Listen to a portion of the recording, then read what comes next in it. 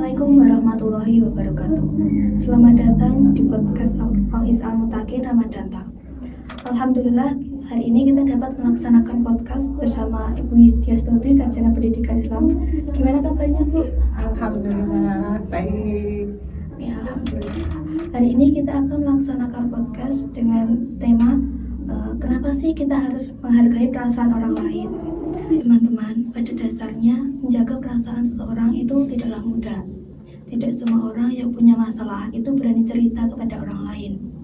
Menurut info psikologi, manusia modern cenderung akan melakukan sesuatu yang mengikuti tren, tuntutan sosial, dan gaya hidup atau lifestyle yang serba hedonistik dan konsumeristik.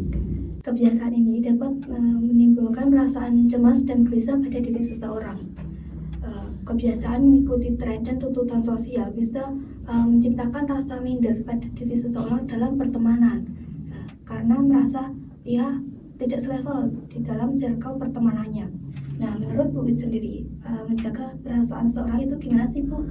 Di dalam agama Islam sendiri itu diajarkan kita itu disuruh untuk saling menjaga satu dengan yang lainnya. Bahkan tidak hanya untuk umat muslim saja, tetapi untuk semua manusia. Ya, jadi saling menghargai satu dengan yang lain sesama manusia. Itu secara umum. Ya, nah, di dalam ajaran Islam, bagaimana cara kita untuk menghargai perasaan orang lain, ya, menjaga perasaan orang lain, yaitu dengan menjaga lisan kita, ya, dengan menjaga lisan kita, perkataan kita, ya.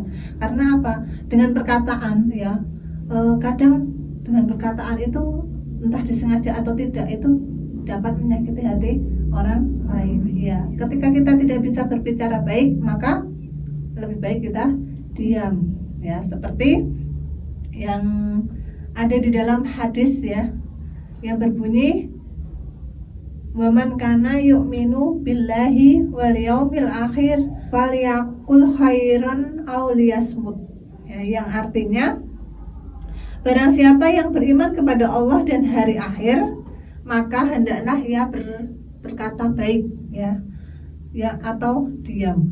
Oke. Sekarang kita masuk ke sesi pertanyaan.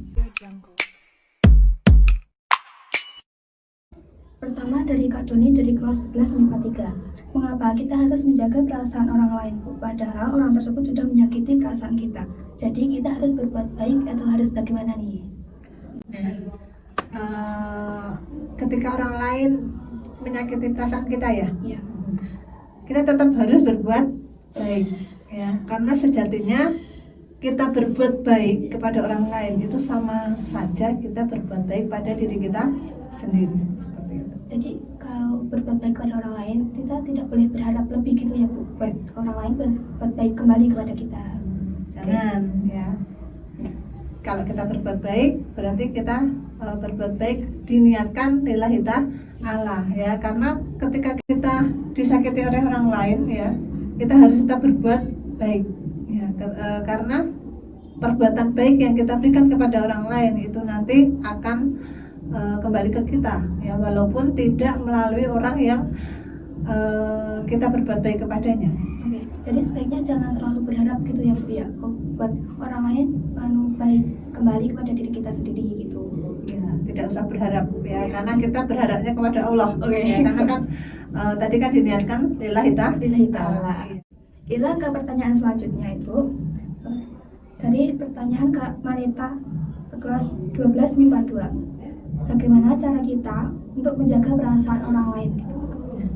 Kita menjaga perasaan orang lain dengan kita menjaga perkataan kita, menjaga lisan kita.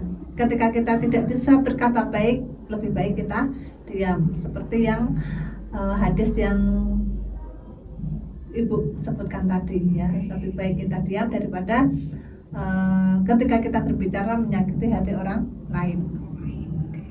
Ini ada satu pertanyaan dari teman kita yang masih berhubungan dengan cara menjaga perasaan orang lain. Dari Kak Afifah kelas 11 MIPA 3. Bagaimana jika ada seseorang yang menasihati kita di depan umum, padahal kan itu kayak dianggap mempermalukan kita gitu loh, Bu. Ya, gini ya, Dek, ya, untuk menasehati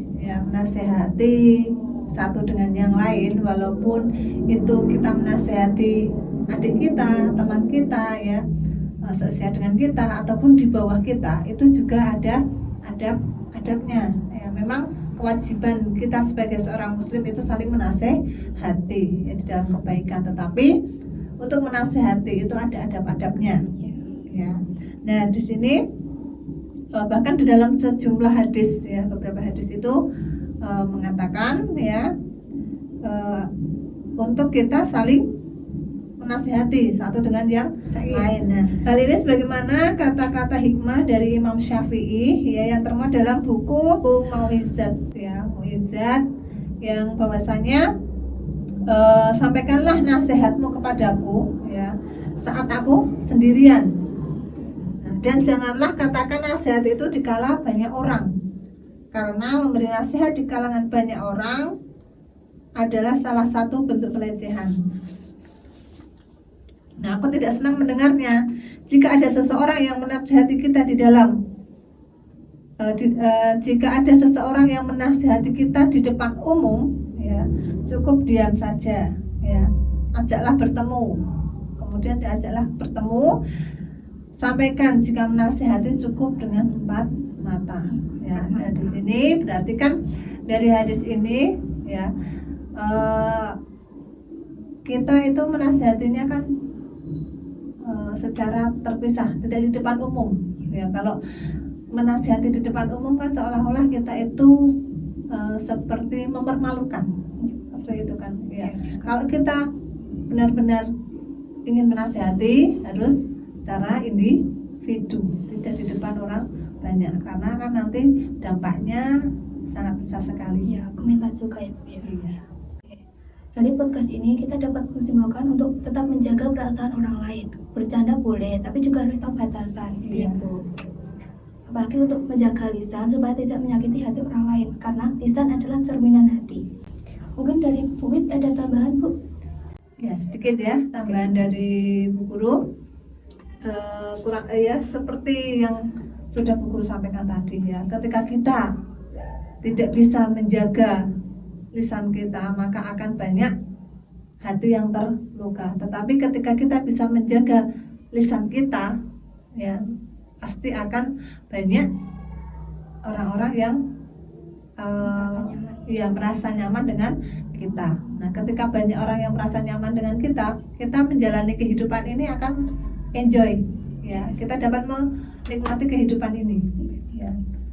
Entah itu di lingkungan sekolah, entah itu di lingkungan masyarakat, ketika kita bisa saling menjaga perasaan satu dengan yang lain, hidup kita akan menjadi aman, nyaman, dan tentram.